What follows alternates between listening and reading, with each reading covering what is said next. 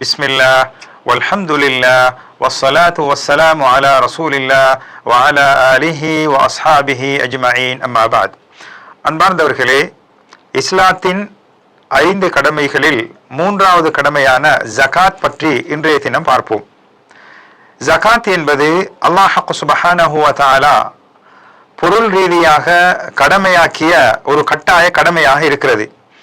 இது முஸ்லிமான வசதியுள்ள முஃமினுக்கு இது கட்டாய கடமையாக இருக்கிறது.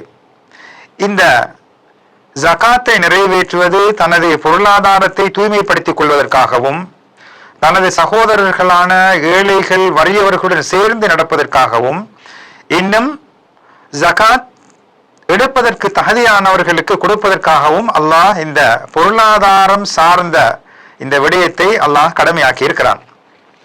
அல் குர்ஆனிலே அல்லாஹ் குறிப்பிடுகின்ற போது வஅகீமுஸ் ஸலாத வஆத்துஸ் ஸகா, தொழுகையையும் நிலைநாட்டுங்கள், ஜகாத்தையும் கொடுத்து வாருங்கள் என்று அல்லாஹ் கட்டளையிடுகிறான். அதே போன்று இன்னும் ஒரு வசனத்திலே அவர்களுடைய பொருளாதாரத்திலிருந்து அந்த சதக்காவை ஜகாத்தை எடுங்கள், அது அவர்களை பரிசுத்தப்படுத்தி தூய்மைப்படுத்தும் என்பதாக அல்லாஹ் சுப்ஹானஹு வ தஆலா கூறுகிறான். அதே போன்று இந்த ஜகாத்தை எடுப்பதற்கு தகுதியானவர்களையும் அல்லாஹ் வரையறை செய்து வைத்திருக்கின்றான். யாருக்கு ஜகாத் கொடுக்க வேண்டும், யார் அதனை எடுப்பதற்கு தகுதி உள்ளவர்கள் என்பதையும் அல்லாஹ் வரையறை செய்து வைத்திருக்கின்றான். அல் குர்ஆனிலே அல்லாஹ் குறிப்பிடுகின்ற போது இன்னமஸ் ஸதகாத்து லில் ஃபுகராஇ வல் மசாகீனி வல் ஆமிலீன அலைஹா வல் முஅல்லஃபதி குலூபுஹும் வஃபிர் ரிகாபி வல் காரிமீன வஃபீ சபீலில்லாஹி வப்னிஸ் சபீலி ஃபரீதத்தன் மினல்லாஹி வல்லாஹு அலீமுன் ஹகீம். இந்த இறைவசனத்திலே 8 வகுப்பினர்களே அல்லாஹ் சுப்ஹானஹு வ தஆலா ஜகாத் எடுப்பதற்கு தகுதியானவர்கள் என கோடிட்டு காட்டுவதை நாம் காணலாம். அந்த வகையிலே முதலாவதாக வறியவர், அவரிடத்திலே எந்தவித பொருளாதாரமும் இல்லாதவர், அல்லது அவருடைய தேவைக்கு அரைவாசியை விட குறைவாக உள்ளவர், இவர்தான் வறியவர் என்று சொல்லப்படுவர், ஃபகீர். 2வது வகுப்பினர் அல் மிஸ்கீன். மிஸ்கீன் என்பவர் அவருக்கு தேவையான விடயங்களில் அரைவாசியை விட சற்று கூடுதலாக இருக்கக்கூடியவர், அல்லது அவருக்கு போதுமான விடயங்களில் அதைவிட அதிகமாக குறையுள்ளவராக இருப்பவர், இவர் ஏழையாக கருதப்படுவார்.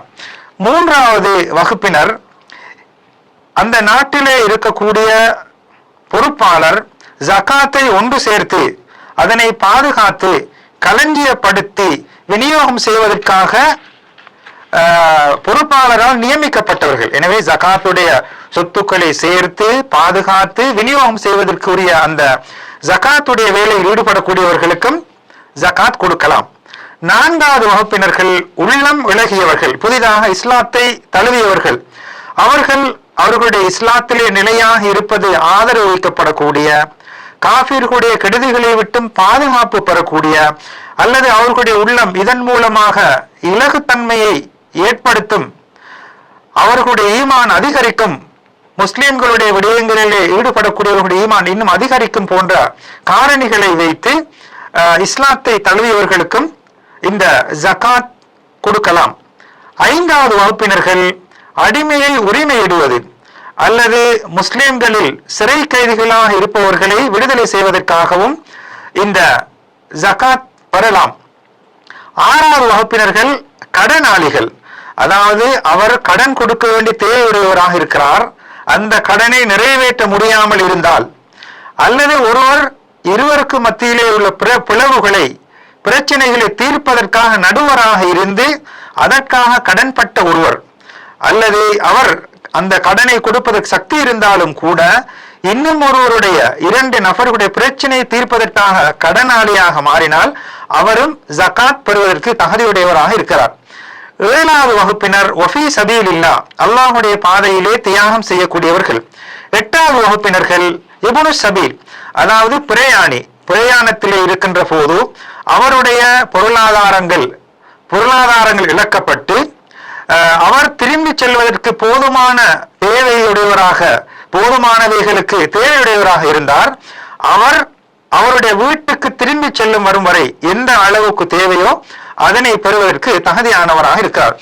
எனவே ஜகாத் பெறக்கூடிய 8 வகுப்பினர்களும் வறியவர்கள், ஏழைகள், ஜகாத் ஒன்று சேர்த்து விநியோகம் களஞ்சியப்படுத்தல் வேலைகளில் ஈடுபடக்கூடியவர்கள், உள்ளம் இலகிய இஸ்லாத்தை தழுவியவர்கள், அடிமையை உரிமையிடுவது, கடன்காரர்கள், அல்லாஹ்வின் பாதையிலே தியாகம் செய்பவர்கள், இப்னு சபீல் பிரயாணத்திலே தனது சொத்துக்களை இழந்தவர். இந்த 8 வகுப்பினருக்கும் ஜகாத்தை விநியோகம் செய்யலாம். இவர்கள்தான் ஜகாத் பெறுவதற்கு தகுதியானவர்களாக இருக்கிறார்கள். அதே நேரத்தில் உள்ளம் இலகியவர்களாக இல்லாத இறை நிராகரிப்பாளர்களுக்கு ஜகாத் கொடுப்பது கூடாத, அனுமதிக்கப்படாத ஒரு விடயமாக இருக்கிறது. அதே போன்று தனது மனைவிக்கு, தனது தந்தை, தனது குழந்தைகள், பனு ஹாஷிம் கோத்திரத்தினர்களுக்கு, அதாவது ரசூலுல்லாஹுடைய பரம்பரையினர்களுக்கு ஜகாத் கொடுப்பது அனுமதிக்கப்படாத ஒரு விடயமாக இருக்கிறது.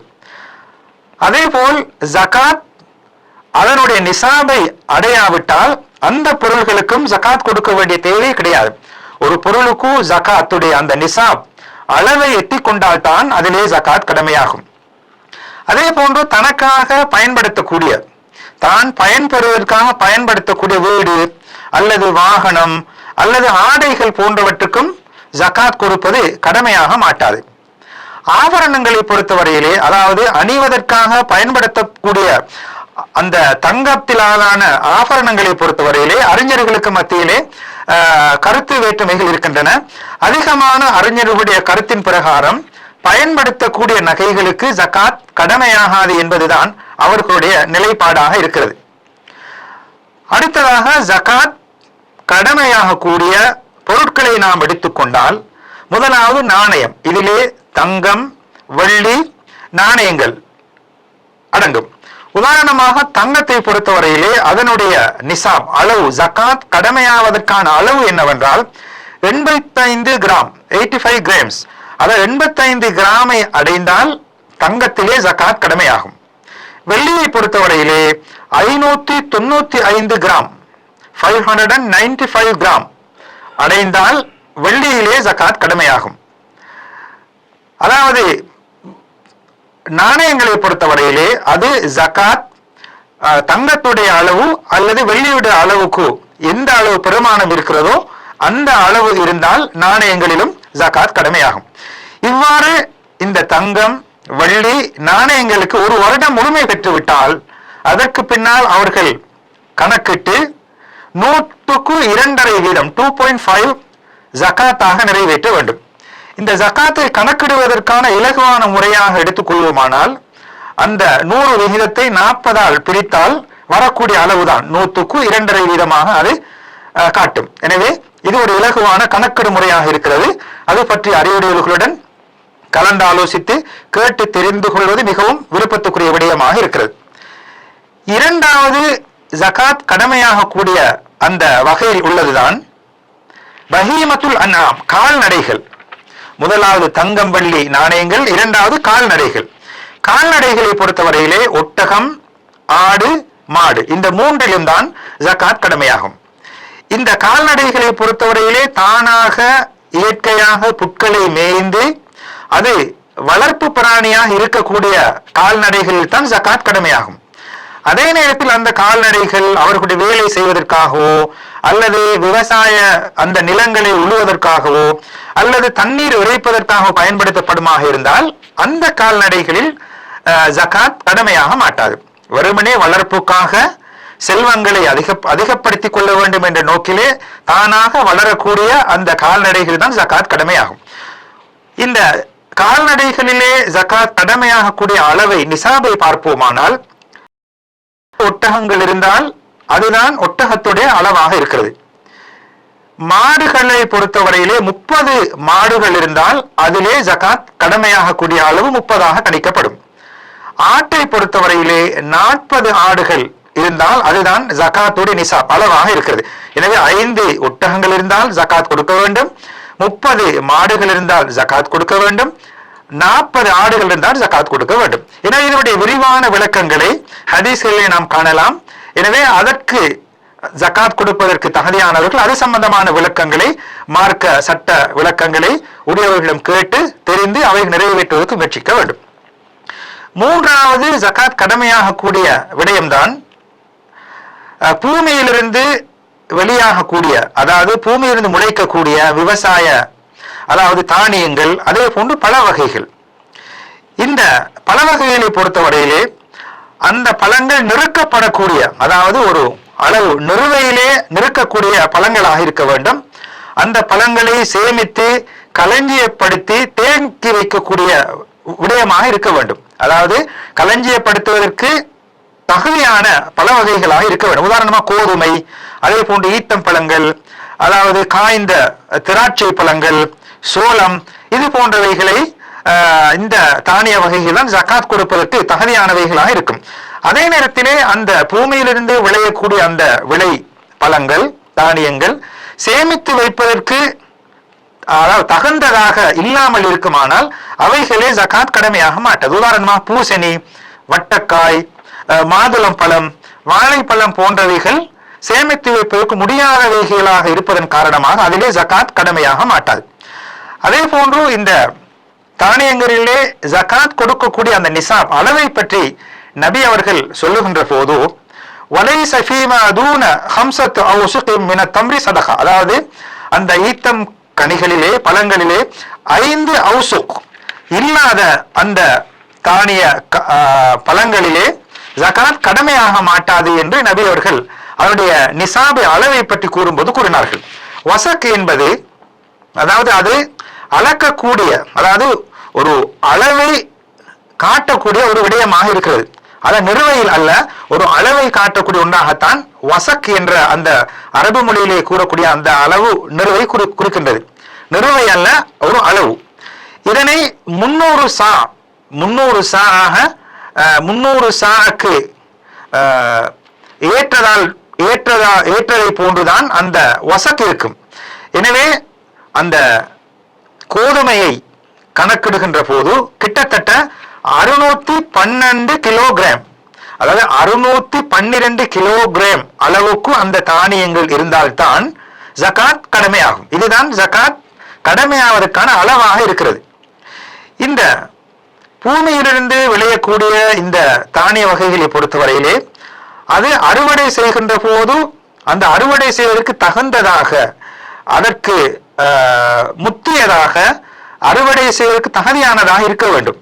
அந்த வித்துக்கள் அதாவது முழுமை பெற்று அதனுடைய கனிகள் கனிவதற்கு வெளிப்பாடாக இருக்கக்கூடிய அந்த தகுதியான கனிகளாக இருக்க வேண்டும்.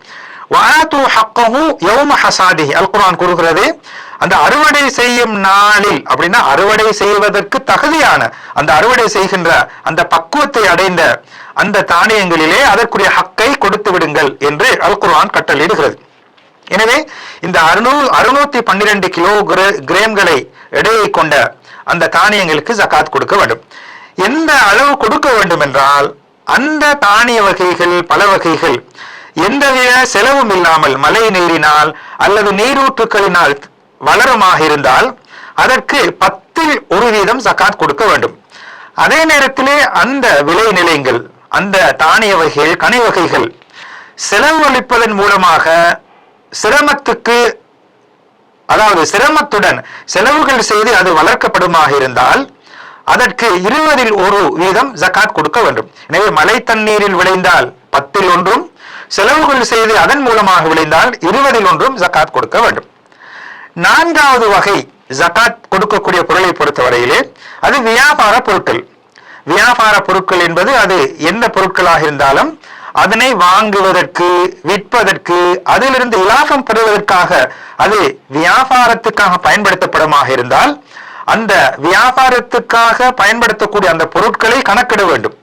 அதாவது எந்த அளவு இருக்கின்றது என்பதை கணக்கிட்டு அந்த முழுமையான அந்த கணக்கிலே 100க்கு 2.5 ஜகாத் கொடுக்க வேண்டும். இதுதான் ஜகாத் கொடுக்கக்கூடிய அளவாக இருக்கிறது. எனவே ஜகாத் விதியாகக்கூடிய பொருள்கள் நாணயங்களை பொறுத்தவரை தங்கம், வெள்ளி, அந்த காசு பணங்கள், 2வது கால்நடைகள், 3வது பூமியிலிருந்து விளையக்கூடிய தானியம், கனிவகைகள், 4வது வியாபார பொருட்கள். இந்த 4 விடயத்திலும் ஜகாத் எந்த அளவு கடமையாகும். எவ்வாறு நிறைவேற்றும் என்ற சட்டத்திட்டங்களை அறிந்து முறையாக நிறைவேற்றுவதற்கு முயற்சிப்போமாக. வஸ்ஸலாமு அலைக்கும் வரஹ்மத்துல்லாஹி வபரகாத்துஹு.